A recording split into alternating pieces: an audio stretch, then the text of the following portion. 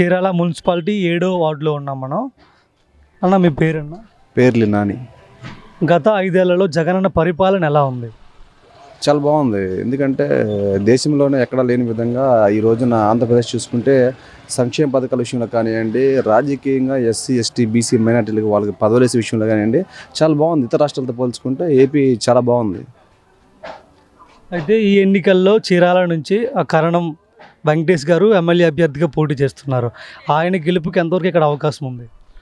And యాక్చువల్గా ఇక్కడ ఏంటంటే జగన్ ఒక ఫార్ములా స్టేట్ మొత్తం స్టార్ట్ చేశాడు. ఫార్ములా ఏంటంటే ప్రతి నియోజకవర్గానికి జగన్ గారు 170 నియోజకవర్గాలకి ఒకే విధంగా ఫండ్స్ విషయంలో కానివ్వండి, సంక్షేమ పథకాల విషయంలో కానివ్వండి, ప్రతి ఒక్కటి గత ప్రభుత్వంతో పోల్చుకుంటే ఏంటంటే ఏదైతే టీడీపీ నియోజకవర్గాలు ఉన్నాయో వాటి వరకే ప్రత్యేకంగా వాళ్ళకి దగ్గరగా అన్ని విధాలు ఏర్పాటు చేసి జన్మభూమి కమిటీలు పెట్టి అది ఒక పార్టీని డెవలప్ చేయడానికి తెలుగుదేశం పార్టీ చేసింది.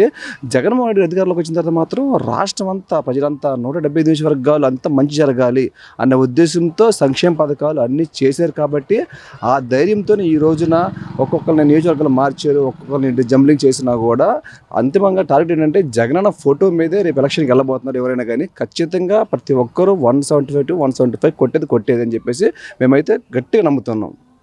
ఈ నియోజకవర్గంలో ఒకవైపు టీడీపీ, మరోవైపు ఆమంచి గారు కూడా కాంగ్రెస్ పార్టీ నుంచి పోటీ చేసే అవకాశం కూడా ఉన్నట్లు కనిపిస్తుంది. అయితే ఆమంచి కూడా గతంలో వైఎస్ఆర్ నుంచే వచ్చారు.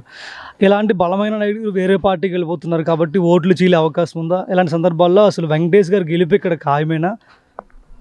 ఖచ్చితంగా గెలిచే అవకాశాలు చాలా మెండుగా కనబడుతున్నాయి. ఎందుకంటే ప్రతి కుటుంబంలో సంక్షేమ పథకం తీసుకున్నారండి. ఈ రోజున చూసుకుంటే చీరాల నియోజకవర్గంలో గత కొన్ని సంవత్సరాలుగా చూసుకుంటే ఖచ్చితంగా ఇక్కడ వైఎస్ఆర్ కాంగ్రెస్ పార్టీ చాలా బలంగా ఉంది.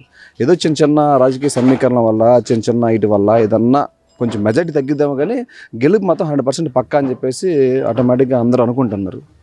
అయితే ఇక్కడ కర్ణం గారు ఫ్యామిలీ అధికారంలోకి వచ్చిన తర్వాత చీరాల్లో చాలామంది చెప్పింది ఏంటంటే గతంలో ఇక్కడ చాలా గొడవలు జరిగేవి, ప్రశాంత వాతావరణం ఉండేది కాదు, ఇప్పుడైతే అట్లాంటివి ఏమీ లేవు, కొంచెం ప్రశాంతంగా ఉందని చెప్తున్నారు. ఎంతవరకు నిజం ఇది? ఇక్కడ మా నాయకుడు జగన్మోహన్ రెడ్డి గారు చెప్పేది ఏంటంటే ఎవరైతే లీడర్షిప్, ఎవరైతే నాయకత్వం ఉంటుందో, ఎవరైతే రాజు ఉంటాడో ఆ రాజు పరిపాలించే విధానం బట్టి ఆ రాజ్యం ఉంటుంది. కాబట్టి మా జగన్మోహన్ రెడ్డి గారు విధానం ఏంటంటే కులం చూడడం, మతం చూడడం, ప్రాంతం చూడడం, వాళ్ళు మనకు ఓటు వేయకపోయినా సరే ఖచ్చితంగా వాళ్ళకి మంచి చేయాలని ఒక ఫార్ములాతో ఇప్పటివరకు ఇన్ని సంవత్సరాలు కూడా రాష్ట్రం మొత్తం ఏదైతే ఫార్ములా స్టార్ట్ చేశారో అదేవిధంగా ఇక్కడ కూడా చేస్తున్నారు. కాబట్టి ఖచ్చితంగా వైఎస్ఆర్ కాంగ్రెస్ పార్టీకి కానీ ఎదురు తిరుగు లేకుండా గెలిచిద్దని చెప్పేసి మేము చెప్తా ఉన్నాం. పేరండి? వెంకట్రావు. వైఎస్ఆర్ కాంగ్రెస్ ప్రభుత్వ పనితీరు ఎలా ఉంది గత 5 ఏళ్లలో? పేదలు బాగానే ఉంది. పేద వర్గాలందరికీ సభ్యులు అన్ని సమస్యలు అన్ని చేసుకునే వారికి అందరూ బాగానే ఉంది. చంద్రన్న ప్రభుత్వానికి జగనన్న ప్రభుత్వానికి తేడాలు ఏం గమనించారు? చంద్రబాబు పరిపాలనలో పేదలంటూ బాగుపడలేదు. జగన్ పరిపాలన అంతా పేదరికన్నీ అన్ని సభకు న్యాయం జరిగింది. ఈ ఎన్నికల్లో ఇక్కడ కర్ణం వెంకటేష్ గారు ఎమ్మెల్యే అభ్యర్థిగా పోటీ చేస్తున్నారు వైఎస్ఆర్ పార్టీ నుంచి. ఆయన ఇక్కడ గెలవడానికి ఎంత అవకాశం ఉంది? 90% ఆయనే గెలుస్తాడు. అంతకుముందు కృష్ణమోహన్ పరిపాలనలో రాజకీయ గొడవలు, వెంకటేశ్వర నుంచి గొడవలు, సమస్య బాగా జరుగుతుంది. పరిపాలన బాగానే ఉంది. లాక్డౌన్ వల్ల కొంత పరిపాలన లేట్ అయినా ఈ జగన్ గారి బాగానే ఉంది.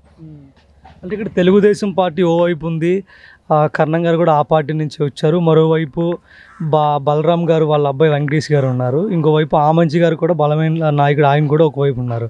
అయితే వీళ్ళిద్దరినీ కాదని మీరు వెంకటేష్ గారే 90% గెలుస్తారని చెప్తున్నారు. దీనికి ప్రధాన కారణాలు ఏమై ఉంటాయి? ప్రధాన కారణం ఉంది, జగన్మోహన్ రెడ్డి చేసిన పథకాలే గెలిపిస్తాయి, డౌటే లేదు. వాళ్ళు ఎన్ని గెలిచినా జగన్మోహన్ రెడ్డి గారి పరిపాలన వల్ల, ఆయన చేసిన పథకాల వల్ల గెలుస్తారు జగన్మోహన్ రెడ్డి గారు, డౌట్ లేదంటూ. చీరాలలో వెంకటేష్ పక్కకి వెళ్తారు. కానీ మెజార్టీ తగ్గొచ్చు అని అంటూ, మెజార్టీ తగ్గిన 10,000 కానీ 20,000 అవ్వచ్చు, లేదా 5,000 అవ్వచ్చు, పక్క గెలిచేది మాత్రం వెంకటేష్ బాబు.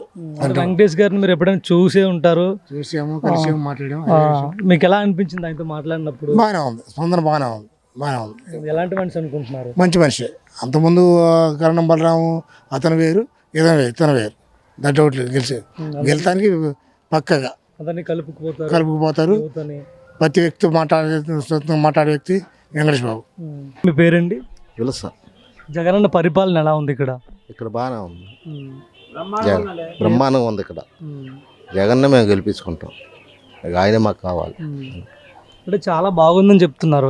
ఏ విధంగా బాగుంది ఏ గతంలో? విధంగా అంటే ఆయన మంచి పనులు చేసాడు. ఆయన ఆ పనులు బట్టి ఆయన అభిమానం మీద గౌరవం మీద మేము వేస్తాం అంతే. ఇక్కడ కర్ణం వెంకటేష్ గారు పోటీ చేస్తున్నారు ఎమ్మెల్యే అభ్యర్థిగా. ఆయన గెలుపుకు ఎంతవరకు ఇక్కడ అవకాశాలు ఉన్నాయి? కర్ణం బలరాం మేము ఆయన పర్ల ఆయనకి మేము గెలిపించుకుంటాం ఇక్కడ ఆయన. మేము మాత్రం అందరూ ఆయనకే ఎక్కువ సపోర్ట్ ఉన్నాము. జగన్ని ఆయన మేము గెలిపించుకుంటాం.